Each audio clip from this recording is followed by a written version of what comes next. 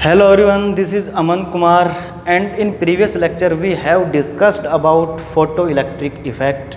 Photoelectric effect हमने last lecture में discuss किया था। देखो बच्चे, आज का जो अपना टॉपिक रहेगा उसमें हम जो साइंटिस्ट हमारे हुए हैं, हार्ट्ज जिनका नाम रहा है, उनकी जो ऑब्जर्वेशंस थी उनको एक बार इजी तरीके से देखते हैं। ठीक है, फर्स्ट ऑफ ऑल तो मैं एक बार आपको रिवाइज करवाता हूँ। फोटोइलेक्ट्रिक इफेक्ट में हमने पढ़ा था कि कोई भी मेटेलिक सरफेस है, अगर वहाँ पर आप फोटोन्स इंसिडेंट करवाते हो तो जो आपका मेटेलिक सरफेस है वो इलेक्ट्रॉन्स को इमिट करता है, इजेक्ट करता है, और जो इलेक्ट्रॉन इजेक्ट होते हैं, इमिट होते हैं, उनको हम फोटो इलेक्ट्रॉन्स का नाम देते हैं यहाँ पर। ठीक है, यहाँ पर फाई वर्क फंक्शन आया था, थ्रेशोल्ड फ्रीक्वेंसी आई थी, वो सब हम प्रीवियस लेक्चर में डिस्कस कर चुके हैं इन सबको। ठीक है, अपन अभी डिस्कस करते हैं हार्ट्ज ऑब्जर्वेशंस। ठीक है, इन 1887 जो हार्ट्ज साइंटिस्ट हुए थे उनकी फर्स्ट जो ऑब्जर्वेशन रही थी, उसके लिए मैंने यहाँ पे एक सेटअप बनाया है। उस सेटअप को आप समझिए क्या है। देखिए, आपने कैपेसिटर रीड कर चुके हैं, कैपेसिटर तक रीड नहीं किया तो भी मैं आपको बता देता हूँ। आपने पैरेलल प्लेट कैपेसिटर का कंसेप्ट पढ़ा था, जिसमें दो प्लेट आपकी पैरेलली ऐसे सेटअप्ड होती हैं। यहाँ पर मैंने दो मेटेलिक प्लेट लिए हैं, that may be of copper और जिंक। वो कॉपर और जिंक में से किसी की भी हो सकती हैं, क्या, मेटेलिक प्लेट। ठीक है, और जो मेटेलिक प्लेट मैंने अभी सेटअप की हैं वो आपकी कुछ इस वे से सेटअप्ड है, metallic plate A and metallic plate B, ऐसे सेटअप है। तो अगर ये मेटेलिक प्लेट्स ऐसे सेटअप्ड हैं तो we can say that these plates will behave like capacitor also. ये कैपेसिटर की तरह बिहेव करेंगे। ठीक है, हमने पैरेलल प्लेट में ऐसे पढ़ा था इनको, अभी मैं इनको ऐसे ले रहा हूँ इसमें। ठीक है, ऑब्जर्वेशंस को रीड करने के लिए यहाँ पर क्लियर है। First of all, this is your plate A and it carry positive charge. Similarly आपकी प्लेट बी है, it carry negative charge carry कर रही है। पॉजिटिव और नेगेटिव दो चार्जेस हैं दोनों प्लेट्स पर, यहाँ तक क्लियर है। अब किसी कॉपर थिक वायर से मैंने बिल्कुल S1 और S2 दो बोल्स, स्पेरिकल बोल्स किसी मेटल्स की कनेक्ट किए हैं जो वेल पॉलिश्ड हैं। S1 और S2 दो स्पेरिकल बोल्स हैं आपकी किसी भी मेटल की, जो अच्छे से कॉपर वायर से कनेक्टेड हैं, और यहाँ पर S1 और S2 के बीच में आपको दिखाई दे रहा होगा गैप है। कहने का मतलब ये है कि S1 एंड S2 दोनों फिजिकली टच में नहीं हैं, इनके बीच में कहीं ना कहीं गैप है, यानी कहने का मतलब ये यहाँ पर एयर प्रेजेंट है। After that both S1 and S2 are connected with again thick copper wire. Thick copper wire के साथ में देखो S1 और S2 को मैंने फिर से कनेक्ट कर दिया है, और इसके दो बीच के टर्मिनल्स हैं। यहाँ पर मैंने इंडक्शन कोयल को सेटअप किया है। क्यों किया है इंडक्शन कोयल को सेटअप? इंडक्शन कोयल को सेटअप यहाँ पर करने का मेन रीजन ये है कि अब मैं यहाँ पर potential difference of 1000 volt apply करने वाला हूँ। यहाँ पर आपका 1000 वोल्ट का पोटेंशियल डिफरेंस अप्लाई होगा, और जैसे ही यहाँ पर 1000 वोल्ट का पोटेंशियल डिफरेंस अप्लाई होगा, वो इन कोयल्स S1 S2 के थ्रू एंटर करता हुआ, जो अब यहाँ पर S1 और S2 के बीच की जो एयर है उस एयर को आयोनाइज कर देगा। आपको साफ दिख रहा है यहाँ पर कोई S1 और S2 के बीच में कोई फिजिकल कांटेक्ट नहीं है। सिमिलरली इसके स्मॉल गैप पर एक शॉर्ट डिस्टेंस पर मैंने डिटेक्टर को पुट किया हुआ है। ये जो आपका डिटेक्टर है D, it will give also a observations and in this observation we will find the value of current। कहने का मतलब ये है कि जो D आपका डिटेक्टर बोल सकते हैं, आप इसको रिसीवर बोल सकते हैं। जो आपका रिसीवर है यहाँ पर करंट की ऑब्जर्वेशन होगी। अब यहाँ पर एक बात बिल्कुल क्लियर है। क्लियर क्या है? क्लियर ये है कि आप देखिए S1 और S2 से D का जो गैप है, यहाँ पर आपको साफ दिखाई दे रहा है कि जो D है वो एक स्मॉल डिस्टेंस पर है S1 एंड S2 से। तो यहाँ पर बिना किसी टच के अगर कोई डिटेक्टर या रिसीवर आपको करंट का इंडिकेशन दे रहा है, करंट की ऑब्जर्वेशन दे रहा है, इट मीन्स यहाँ पर जो आपकी एयर थी S1 और S2 के बीच में, that air has been ionized, वो आयोनाइज हो चुकी है, और आयोनाइजेशन के कारण यहाँ पर there is a spark will produce between S1 and S2। यहाँ पर स्पार्क प्रोड्यूस होगा, और स्पार्क प्रोड्यूस होने के कारण यहाँ पर एक आयोनाइज लेयर बन जाएगी, इस टाइप की एक लेयर बन जाएगी, और इस लेयर के कारण आपका जो रिसीवर होगा वो आपका करंट को शो करेगा। और यहाँ पर S1 से और D तक जो देखो कोई टच नहीं, मैं बार बार एक बात पर जोर दे रहा हूं कि S1 और S2 के बीच में कोई कांटेक्ट नहीं है। आफ्टर दैट जो आपका रिसीवर है वो अगर कोई ऑब्जर्वेशन या कोई रीडिंग शो कर रहा है तो इट मींस जो S1 S2 से जो d डिस्टेंस तक आपकी जो वेव्स जो एयर ट्रेवल करने वाली है that waves are known as EM wave, उन्हीं को हम इलेक्ट्रोमैग्नेटिक वेव कहेंगे। और आपको मैं बता देता हूं EM वेव हम ऑलरेडी डिस्कस कर चुके हैं पहले। यहां पर EM wave are the maximum backbone या maximum important topic that gives small data, या आप कह सकते हैं that gives small observations, that gives small hint about the Hertz observations. जो हार्ट्स की ऑब्जर्वेशंस हुई है उसके बारे में जो आपकी EM वेव यहाँ से जो S1 S2 से D डिटेक्टर तक आई है, इन्हीं से ही ऑब्जर्वेशन का जो मेन पॉइंट है वो निकल के आता है यहाँ पर। ठीक है, तो जो मेन जो बात है मैं आपको फिर बता रहा हूँ। अभी हम जो आगे डिस्कस करने वाले हैं उसके बारे में भी सुन लो। ऑक्सीलेटिंग इलेक्ट्रिक फील्ड डिस्कस करेंगे S1 एंड S2 के बीच में, दोनों प्लेट्स के बीच में A और B की जो प्लेट है यहाँ पे ऑक्सीलेटिंग इलेक्ट्रिक फील्ड जिसकी फ्रीक्वेंसी होती है कोई पर्टिकुलर, उसको डिस्कस करेंगे। उसके बाद जो हर्ट्ज ने वेवलेंथ को ऑब्जर्व किया कि कितने मीटर की वेवलेंथ इस दौरान जो आपका S1 और S2 से जो D डिटेक्टर तक EM वेव जाती हैं उसकी फ्रीक्वेंसी और उसकी वेवलेंथ, इन दोनों को मैं नेक्स्ट पॉइंट में डिस्कस करने वाला हूं। यहां तक के सेटअप को फिर से एक बार मैं छोटा सा रिवाइज करता हूं। A आपकी मेटेलिक प्लेट है that may be of copper और जिंक। सिमिलरली B है both will be behave like a capacitor. Capacitor के बाद ये कॉपर वायर से S1 और S2 दो सोर्सेज को हमने कनेक्ट किया है, बाकी ये टच में नहीं है, इनके बीच में एयर फील्ड है। आप जैसे यहाँ पर 1000 वोल्ट का पोटेंशियल डिफरेंस अप्लाई करोगे इंडक्शन कोयल के थ्रू तो यहाँ पर there will be a spark between S1 and S2। और S1 और S2 के स्पार्क के बाद आपको एक बात मैंने बताना भूल गया था, जो ये पॉजिटिव और नेगेटिव चार्ज है यहाँ पर जैसे आप 1000 वोल्ट का पोटेंशियल डिफरेंस देंगे that become start to discharge. यहाँ क्यों, इनको एक रास्ता मिल जाएगा। देखो ये बीच में एयर थी तो जैसे आपने यहाँ पर पोटेंशियल डिफरेंस अप्लाई किया तो ये बीच में इनको रास्ता मिल गया, एक वे मिल गया है किसका, डिस्चार्जिंग का। तो A पॉजिटिव टूवर्ड्स नेगेटिव, आपका A पॉजिटिव चार्ज था B पर नेगेटिव था, दोनों अट्रैक्ट करेंगे। अट्रैक्ट जैसे ही करेंगे तो बीच में जो आपको स्पेस दिख रहा है एयर का, यहाँ से ये एस्केप आउट कर जाएंगे और यहाँ से एस्केप आउट होते ही डिटेक्टर जो रिसीवर है वो करंट को डिटेक्ट कर लेगा। मैं फिर बता रहा हूँ बीच के अंदर जो आपको दिखाई नहीं दे रहा part, these are EM waves, इनको EM वेव्स बोलते हैं। आई थिंक यहाँ पर क्लियर हो चुका है। अब मैं आपको सेपरेशन की बात करता हूँ। Suppose the separation between both plates 60 centimetre है, दोनों के बीच का सेपरेशन 60 सेंटीमीटर है। अब इसके बाद देखिए हम डिस्कस करते हैं किसके बारे में, फ्रीक्वेंसी के बारे में और वेवलेंथ के बारे में। फ्रीक्वेंसी और वेवलेंथ को मैं यहाँ पे लेता हूँ, देखो लो ठीक है, यहाँ करता हूँ या फिर यहाँ डिस्कस कर देता हूँ, यहाँ पे ले लो। सर यहाँ तक आ रहा है, यहाँ तक आ रहा है, ठीक है मैं यहाँ लेता हूँ भाई। देखो यहाँ समझना, काफ़ी इंपॉर्टेंट टॉपिक होने वाला है ये, ठीक है ना। अब the frequency between the oscillated electric field के बारे में डिस्कस करूंगा, जो बिटवीन द प्लेट्स है उसकी फ्रीक्वेंसी की बात करता हूँ और उसको मैं अभी फिलहाल F से शो कर रहा हूँ। F is equal to 1/2 π √LC, ठीक है। अब यहाँ पर आपको C का तो पता है, C is just both plates A and B are behaving like a capacitor. तो ये आपका C तो आपका कैपेसिटर बोला जाएगा यहाँ पर। अब अगर बात मैं L की करता हूँ तो आप यहाँ पर वर्ड आएगा, कंसेप्ट आएगा कौन सा, इंडक्शन कोयल का, इंडक्टेंस का। तो यहाँ पर L आपका इंडक्शन कोयल के वे में आप ले सकते हैं इसको, ठीक है ना। ये फ्रीक्वेंसी आ चुकी है। अब देखिए फ्रीक्वेंसी को हम लिख सकते हैं, जो फ्रीक्वेंसी नोट की गई वो 5 × 10⁻⁷ Hz हर्ट्ज में नोट की गई थी, ओके।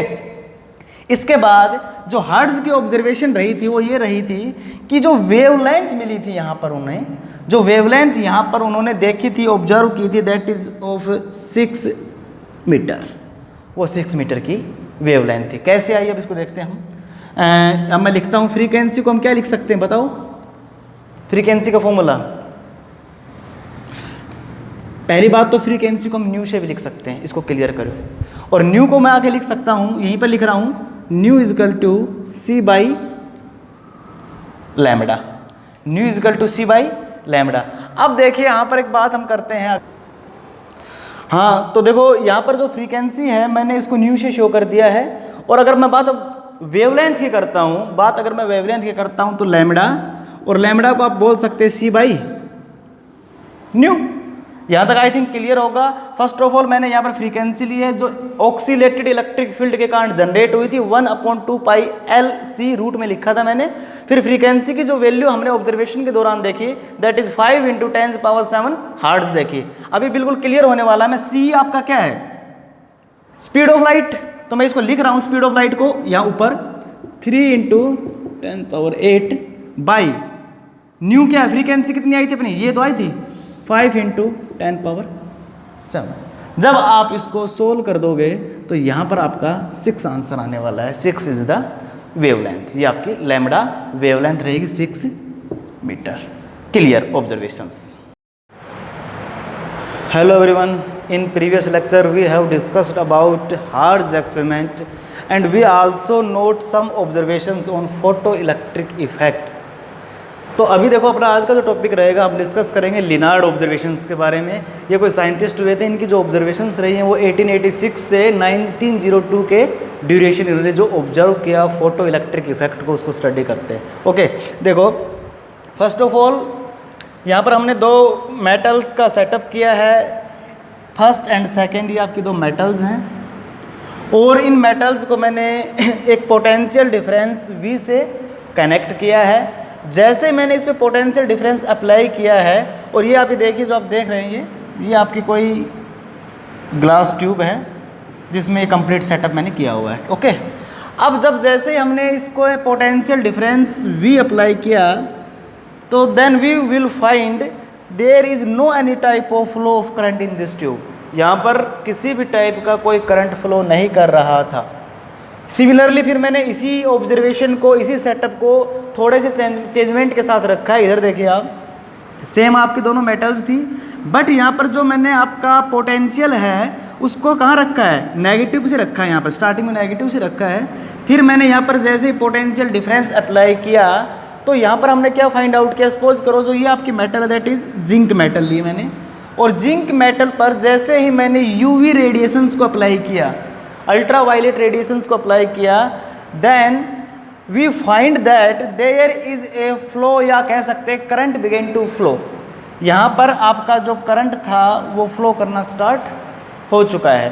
तो यहाँ पर जो ऑब्जर्वेशंस रही हैं वो देखिए आप, जो आपकी यूवी रेडिएशंस थी उन्होंने जैसे आपकी जिंक प्लेट पे स्ट्राइक किया है, जैसे वो जिंक प्लेट पे फॉल डाउन किया उन्होंने, तो यहाँ से एक नेगेटिव चार्ज दैट में भी इलेक्ट्रॉन इजेक्ट हुआ है, इमिट हुआ है, और इमिट होने के कारण यहाँ पर पर्टिकुलर आपका जो करंट था दैट बिगेन टू फ्लो हो चुका है। बट ये बात ध्यान रखना आप, जो आपका पोटेंशियल है that kept of negative potential यहाँ पर हमने रखा है। तो जो ऑब्जर्वेशंस रही हैं वो ये रही है कि जो आपकी यूवी रेडिएशंस थी दीज आर रेस्पॉन्सिबल, जो आपकी अल्ट्रा वायलेट रेडिएशंस थी वो रेस्पॉन्सिबल रही है इजेक्शंस ऑफ नेगेटिव चार्ज के लिए, इलेक्ट्रॉन्स के इजेक्शन के लिए रेस्पॉन्सिबल रही है। सिमिलरली सेकंड थिंग, अगर आप यूवी रेडिएशंस को अप्लाई करते हो, then there is no flow of current, किसी भी टाइप के करंट का फ्लो नहीं होगा, बट कंडीशन अप्लाई है। जो आपकी इंसिडेंट रेडिएशंस हैं, आपने पहले फोटो इलेक्ट्रिक इफेक्ट में पहले भी आपने पढ़ चुके हैं कि यहाँ पर जो मिनिमम एनर्जी रिक्वायर होती है, मिनिमम जो फ्रीक्वेंसी रिक्वायर्ड होती है दैट इज थ्रेशोल्ड फ्रीक्वेंसी, जिसको मैंने फंक्शन में लिया था। ठीक है, थ्रेशोल्ड फ्रीक्वेंसी रहती है। इस फ्रीक्वेंसी को अगर इस फ्रीक्वेंसी से बिलो अगर कोई भी लाइट की फ्रीक्वेंसी हम इंसिडेंट करवाते हैं आपकी जिंक प्लेट पर, तो वहाँ पर किसी भी टाइप के इलेक्ट्रॉन्स का इजेक्शन नहीं होगा, और इसको हमने बोला था that is work function. Work function की टर्म में लिया था थ्रेशोल्ड फ्रीक्वेंसी को। आपको ध्यान होगा इलेक्ट्रॉन्स की एनर्जी को मैंने E = h न्यू की टर्म में भी लिखा था। After that h nu will be equal to work function मैंने लिखा था। जब मैंने फोटो इलेक्ट्रिक इफेक्ट का जस्ट इंट्रोडक्शन लिया था तब मैं सब कुछ डिस्कस कर चुका हूँ आपके साथ में। ठीक है। तो जो सेकंड ऑब्जर्वेशंस उन्होंने ली, जो आपके लिनार्ड साइंटिस्ट हुए हैं, उन्होंने नोट किया कि जो आपकी जिंक प्लेट थी, जिंक प्लेट पे जैसे यूवी रेडिएशंस हम इंसिडेंट करवाते हैं तो यहाँ पर नेगेटिव चार्ज रिलीज होता है, और जो नेगेटिव चार्ज रिलीज होता है उसके कारण हम कह सकते हैं कि यहाँ पर आई करंट रिलीज होता है। After that this observation photo electric effect, देखो हम स्टार्टिंग में एक बार हमने डिस्कस किया था इसकी ऑब्जर्वेशंस किसको लेके, साइंटिस्ट हुए थे हर्ट्ज को लेके, अभी प्रीवियस लेक्चर में डिस्कस किया था। उसके बाद मैंने बताया है कि 1886 से 1902 में कोई लिनार्ड साइंटिस्ट हुए, उनकी जो ऑब्जर्वेशंस रही उसको हम डिस्कस कर रहे हैं। बिल्कुल ईजी है, मैं रिवाइज करता हूँ एक बार। 2 मेटेलिक प्लेट ली, ग्लास ट्यूब से इनको क्लोज किया गया, पोटेंशियल दिया गया यहाँ पर, बट हमने फाइंड किया, हमने देखा यहाँ पर नो फ्लो ऑफ करंट था, यहाँ कोई करंट का फ्लो नहीं हो रहा था। आफ्टर दैट सेम सेटअप को हमने क्या किया, यहाँ पर जो पोटेंशियल था वो हमने नेगेटिव रखा, जिंक प्लेट ली और यूवी रेडिएशंस को जिंक प्लेट पे इंसिडेंट करवाया। जैसे जिंक प्लेट पे यूवी रेडिएशंस का इंसिडेंस हुआ तो यहाँ से आपका नेगेटिव चार्ज रिलीज हुआ, और उस नेगेटिव चार्ज के कारण यहाँ पर आपका करंट जनरेट हुआ। तो यहाँ से एक बात बिल्कुल क्लियर हुई कि जो अल्ट्रावायलेट रेडिएशंस थी ये रेस्पॉन्सिबल है किसके लिए, इजेक्शंस ऑफ इलेक्ट्रॉन्स के लिए या फिर करंट के लिए फ्रॉम द मेटल सरफेस। यहाँ तक क्लियर है। इसके बाद ये बोला गया कि ओनली अगर अल्ट्रावायलेट रेडिएशंस इंसिडेंट होती हैं कैथोड पर, मेटेलिक प्लेट पर, तो उनके लिए भी कंडीशन ये रखी गई कि जो उनकी फ्रीक्वेंसी है वो एटलीस्ट थ्रेशोल्ड फ्रीक्वेंसी होनी चाहिए, उससे नीचे नहीं होनी चाहिए। जो मिनिमम अमाउंट है रिक्वायर्ड होता है इजेक्शंस ऑफ इलेक्ट्रॉन्स के लिए, वो थ्रेशोल्ड फ्रीक्वेंसी होनी चाहिए अल्ट्रावायलेट रेडिएशंस की। और इसी प्रैक्टिकल को, इसी ऑब्जर्वेशंस को, इसी सेटअप को बाद में फोटो इलेक्ट्रिक इफेक्ट का नाम दिया गया था। ठीक है, ये लिनार्ड ऑब्जर्वेशंस रही हैं, हर्ट्ज के हमने पहले डिस्कस कर लिया। Thank you. In this video we will discuss about photoelectric equations. जो आइंस्टीन की फोटो इलेक्ट्रिक इक्वेशन है उसको अभी स्टडी करेंगे। ठीक है, बड़ी थ्योरेटिकल और प्लस इजी होने वाली है photo electric equations for Einstein's. देखिए आप, फर्स्ट ऑफ ऑल जो हम डिस्कस कर चुके हैं मैं उसी को बताता हूँ आपको। देखो, सपोज करो कि ये आपके कोई मेटल है, ये जो आपकी मेटल है इस पर आपके यहाँ पर मैंने फोटोन इंसिडेंट करवाए, और जैसे फोटोन इंसिडेंट यहाँ हुए हैं तो यहाँ से क्या इमिट हुए आपके फोटो इलेक्ट्रॉन्स। क्या, फोटो इलेक्ट्रॉन्स। ये मैंने फोटोन्स बोला, यहाँ पर ये आपके फोटोन्स हैं और ये आपके फोटो इलेक्ट्रॉन्स हैं। अब यहाँ पर कुछ ऑब्जर्वेशंस हम पहले ही डिस्कस कर चुके हैं फोटोन्स और फोटो इलेक्ट्रॉन्स को लेके। यहाँ पर जो फोटोन्स की जो एनर्जी थी E, उसको हमने h न्यू में लिया था। ओके, तो जो ये एनर्जी है इस एनर्जी को हम 2 पार्ट्स में डिवाइड करेंगे। फर्स्ट पार्ट रहेगा कि जैसे ये एनर्जी इलेक्ट्रॉन्स पर आएगी तो ये इलेक्ट्रॉन्स सरफेस बैरियर को ब्रेक करेगा, सरफेस बैरियर को ब्रेक करेगा। किसके सरफेस बैरियर को, मेटल के सरफेस बैरियर को। ये आपका मेटल सरफेस बैरियर है, इसको ब्रेक करेगा। फर्स्ट एनर्जी यूज हो चुकी है एक पार्ट एनर्जी का। दूसरा जो पार्ट एनर्जी का यूज है वो यूज किया जाएगा इस इलेक्ट्रॉन के मूवमेंट के लिए। किसके लिए, इस इलेक्ट्रॉन के मूवमेंट के लिए। तो the complete energy of the photon, photon की जो कंप्लीट एनर्जी थी वो किस में यूज हो चुकी है आपकी फर्स्ट तो यूज हो चुकी है टू ब्रेक द बैरियर, और सेकंड यूज होगी movement of the electrons, photo electrons के मूवमेंट के लिए। और यहाँ पर मैं फोटो इलेक्ट्रॉन्स के मूवमेंट को काइनेटिक एनर्जी ऑफ इलेक्ट्रॉन भी बोल सकता हूँ, kinetic energy of photo electrons बोल सकता हूँ। बिल्कुल छोटा और इजी कंसेप्ट है ये, इसको बिल्कुल अच्छे से समझना है आपको। अभी देखो मैं यहाँ पर लेता हूँ इसको। देखो, अगर मैं बात करता हूँ कि the minimum amount of energy that is required to just break the surface barrier, वो मिनिमम अमाउंट एनर्जी का जो सरफेस बैरियर को जस्ट ब्रेक करने के लिए यूज होता है, that is known as work function. क्या, उसको क्या बोलोगे आप, वर्क फंक्शन। किससे डिनोट करते हैं, फाई नोट से। तो फाई नोट आपका क्या आ चुका है, वर्क फंक्शन आ चुका है, the minimum amount of energy आ चुका है to break the surface barrier. अब हमने एक बात यहाँ पे नोट की है, जो ई एनर्जी है किसकी एनर्जी है, फोटोन्स की एनर्जी है, जो मैंने एच न्यू की फॉर्म में लिखा है। अगर यही एनर्जी हमें मिनिमम एनर्जी रिक्वायर्ड हो to break the surface barrier तो हम इसको ई नोट बोल सकते हैं और इसको एच न्यू नोट बोल सकते हैं। The minimum amount of energy that is required to eject the electron from the metal surface, metal surface से इलेक्ट्रॉन्स को इजेक्ट करने के लिए जो मिनिमम अमाउंट होगा दैट इज वर्क फंक्शन। तो हम यहाँ से एक बात लिख सकते हैं, क्या लिख सकते हैं, phi naught is equal to क्या है, एच न्यू है, तो एच न्यू नोट। ये इक्वेशन आप पहले भी डिस्कस कर चुके हैं। फाई नोट आपका वर्क फंक्शन है, that will be equal to H nu naught. H nu naught क्या है, मिनिमम अमाउंट ऑफ, न्यू क्या होती है, frequency, the minimum amount of frequency that is required to just break the surface barrier. तो उसको आप new note की term में लेंगे। ये आपका वर्क फंक्शन क्लियर हो चुका है। तो अब एक बात यहाँ पर मुझे ये बताइए आप, दो टोटल जो अमाउंट ऑफ एनर्जी जो हमने सरफेस को दी है फोटोन की टर्म में एच न्यू, इसको क्या मैं लिख सकता हूँ, क्या h nu is equal to work function phi naught plus maximum kinetic energy of the electron. यहाँ से जो आपका इलेक्ट्रॉन इजेक्ट हुआ है, तो ऑब्वियस सी बात है, जैसे ही वो फोटोन की एनर्जी को गेन करेगा तो इसके पास यहाँ पर मैक्सिमम काइनेटिक एनर्जी रहेगी। क्या रहेगी, मैक्सिमम काइनेटिक एनर्जी रहेगी इस इलेक्ट्रॉन के पास में।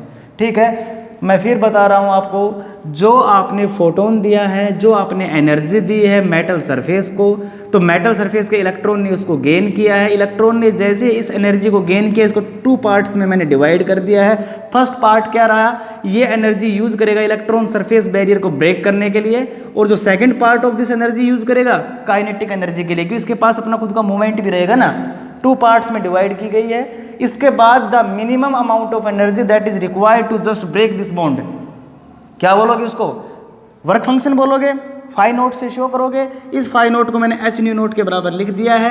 अब देखिए, जो आपका एच न्यू है, टोटल एनर्जी है, 2 पार्ट्स में डिवाइड हुई, पहली वर्क फंक्शन में, और सेकंड काइनेटिक या maximum kinetic energy of the electron में यूज होगी। ठीक है, maximum kinetic energy of electron में यूज होगी, तो इसको आप क्या लिख सकते हो, half M we square, half M we square, इसको इजीली आप लिख सकते हैं। इसके बाद देखिए आप यहाँ पर, मैं यहाँ लिखता हूँ या फिर यहीं पे करता हूँ लाओ, तो यहाँ पर ये आपका आ जाएगा क्या, म्यू नोट किसके बराबर है, h nu naught plus kinetic energy half M we square.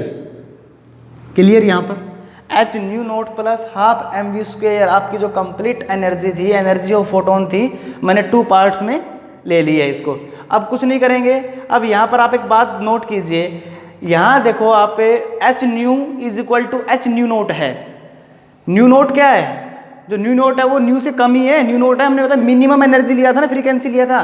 तो देखिए अब यहाँ पर आप यहाँ क्या करेंगे आप, मैं यहाँ पर लिख रहा हूँ H nu is equal to H nu naught plus half M we square. H nu को मैं इधर लाता हूँ क्योंकि स्मॉल है, तो H nu minus H nu naught will be equal to half M we square. H common ले लो, nu minus nu naught is equal to half M we square. आपको शायद दिखाई दे रहा होगा यहाँ पे, जो आपका एच बार मैंने कॉमन ले लिया, nu minus nu naught is equal to half M we square. ये आपकी रिक्वायर्ड एक्सप्रेशन है for the Einstein photoelectric equations के लिए, जो आपकी ये एनर्जी आई है। इसके अंदर देखो कुछ स्पेशल केसेस बनेंगे, उन केसेस को लाओ मैं अभी डिस्कस कर देता हूँ, केसेस को डिस्कस करता हूँ। अपने पास जो इक्वेशन आई है वो मैं यहाँ लिखता हूँ बिल्कुल अलग से, यहाँ लिखता हूँ और यहीं पे इसके केस डिस्कस होंगे। ये आई आपकी h is equal to nu minus nu naught that is equal to half M we square. Clear. अब नाउ केस नंबर फर्स्ट लेते हैं कि अगर आपका जो न्यू नोट है, अगर आपका न्यू नोट है, 3 केस लेंगे, एक बार न्यू से छोटा है, एक बार न्यू से इक्वल है, एक बार न्यू से बड़ा है। 3 केस लेने वाले हैं हम यहाँ पर। तो अब यहाँ पर एक बात बताइए मुझे, अगर यहाँ पर मैं ये कहूँ कि जो आपकी थ्रेशोल्ड फ्रीक्वेंसी है, अगर न्यू नोट की वैल्यू है वो न्यू से कम है, पहले मैं कम का केस लेता हूँ किसका, न्यू नोट का, या फिर इसमें आपकी जो बुक है, उस आपके जो नोट्स है उसमें न्यू को ले रखा है, न्यू को ले लो। अगर न्यू की वैल्यू न्यू नोट से कम है, new is less than new note, ऐसे समझ लो आप, कंफ्यूज मत होना। न्यू है वो न्यू नेट से क्या है, कम है, तो आपको पहले से पता है कि जो आपकी थ्रेशोल्ड फ्रीक्वेंसी होती है वो मिनिमम अमाउंट होती है। अगर आपकी जो मेन न्यू फ्रीक्वेंसी है, फोटोन की जो फ्रीक्वेंसी है वो अगर थ्रेशोल्ड से भी कम हो जाएगी तो there will be no any type of ejection electrons का, इजेक्शन किसी भी टाइप का नहीं होने वाला है, किसी भी टाइप का एमिशन ऑफ इलेक्ट्रॉन नहीं होने वाला है कि अगर आपका न्यू नोट से लेस है। ओके, यहाँ तक क्लियर होगा। दूसरा, अगर आपका nu equal to nu naught है, अगर आपका जो न्यू की वैल्यू है न्यू नोट के बराबर, थ्रेशोल्ड फ्रीक्वेंसी के बराबर, उस ड्यूरेशन क्या होगा, उस ड्यूरेशन आपका जो इलेक्ट्रॉन है वो सरफेस बैरियर को ब्रेक तो कर देगा बट काइनेटिक एनर्जी को गेन नहीं कर पाएगा वहाँ पर। सेकंड केस के अंदर nu equal to nu naught में क्या करोगे कि जो आपका इलेक्ट्रॉन है वो ब्रेक कर देगा किसको, सरफेस बैरियर को, बट यहाँ पर काइनेटिक एनर्जी नहीं रहेगी उसके पास में। ठीक है। थर्ड केस क्या है, new is greater than new note, new is greater than new note. इस केस के अंदर क्या रहेगा कि जो आपका न्यू है वो न्यू नोट से अगर बड़ा है तो ऑब्वियस सी बात है आपके इलेक्ट्रॉन के पास एक पर्टिकुलर फ्रीक्वेंसी रहेगी और उस फ्रीक्वेंसी के बाद आपका इलेक्ट्रॉन है वो बैरियर, सरफेस बैरियर को भी ब्रेक कर देगा और पर्टिकुलर एक काइनेटिक एनर्जी से आपका जो कलेक्टर पार्ट है उस तक भी रीच कर जाएगा, पहुंच जाएगा वो। क्लियर है। फोटो इलेक्ट्रिक जो आपका आइंस्टीन फोटो इलेक्ट्रिक इक्वेशंस की मैं बात कर रहा हूँ, लास्ट टॉपिक है यूनिट का अभी, इसके बाद कुछ न्यूमेरिकल्स को ज़रूर डिस्कस करेंगे हम। मैंने फिर बता रहा हूँ कि आइंस्टीन फोटो इलेक्ट्रिक इक्वेशंस के अंदर कुछ भी नहीं करना है कि जो मेटल का सरफेस है जो फोटोन लेता है उस फोटोन की एनर्जी को वो दो पार्ट्स में यूज़ करता है। दो पार्ट्स कौन से रहेंगे, पहला पार्ट आपका रहेगा सरफेस बैरियर को ब्रेक करने के लिए, दूसरा पार्ट रहेगा उस पर्टिकुलर इलेक्ट्रॉन को काइनेटिक एनर्जी देने के लिए। ठीक है। और जो मिनिमम अमाउंट रिक्वायर्ड होता है किसी भी इलेक्ट्रॉन को सरफेस बैरियर को इजेक्ट करने के लिए, दैट इज वर्क फंक्शन की टर्म में लेते हैं और उस वर्क फंक्शन को मैंने एच न्यू नोट के टर्म में लिख दिया है। फर्स्ट और सेकंड दो केस थे, आगे डिस्कस करते हैं। इसको एच न्यू नोट लिख दिया, इसको हाफ एम वी स्क्वायर लिख दिया है, कुछ भी नहीं किया हमने। एच न्यू था तो एच न्यू नोट को इधर हम लेके आए तो एच यहाँ कॉमन आ गया, nu minus nu naught is equal to half M v square. यहाँ पर h is equal to nu minus nu naught half M v square के बाद इसके स्पेशल केसेस को डिस्कस कर दिया है। तीन स्पेशल केस थे। फर्स्ट केस में न्यू की वैल्यू न्यू नोट से हमने कम लिया, वहाँ पर किसी भी टाइप का इजेक्शन ऑफ इलेक्ट्रॉन्स नहीं होगा। सेकंड केस में न्यू और न्यू नोट को हमने इक्वल ले लिया है, वहाँ पर आपका जो इलेक्ट्रॉन है सरफेस बैरियर को ब्रेक कर देगा बट किसी भी टाइप के मूवमेंट को शो नहीं करेगा। और जो थर्ड केस है आपका वो आपका सिंपल नॉर्मल केस है जिसमें न्यू की वैल्यू न्यू नोट से ज़्यादा रखी है, जो जनरली ज़्यादा होती भी है। उस केस के अंदर कुछ नहीं होगा, आपका इलेक्ट्रॉन इजेक्ट कर जाएगा मेटल सरफेस से और एक पर्टिकुलर काइनेटिक एनर्जी से अपने डेस्टिनेशन पर रीच कर जाएगा। ये सब कुछ आपका फोटो इलेक्ट्रिक इक्वेशंस थी आइंस्टीन की जो हमने डिस्कस। तो आइंस्टीन फोटो इलेक्ट्रिक इक्वेशंस के बारे में ये सारा थ्योरेटिकल पार्ट था। आज के लिए इतना ही। Thank you.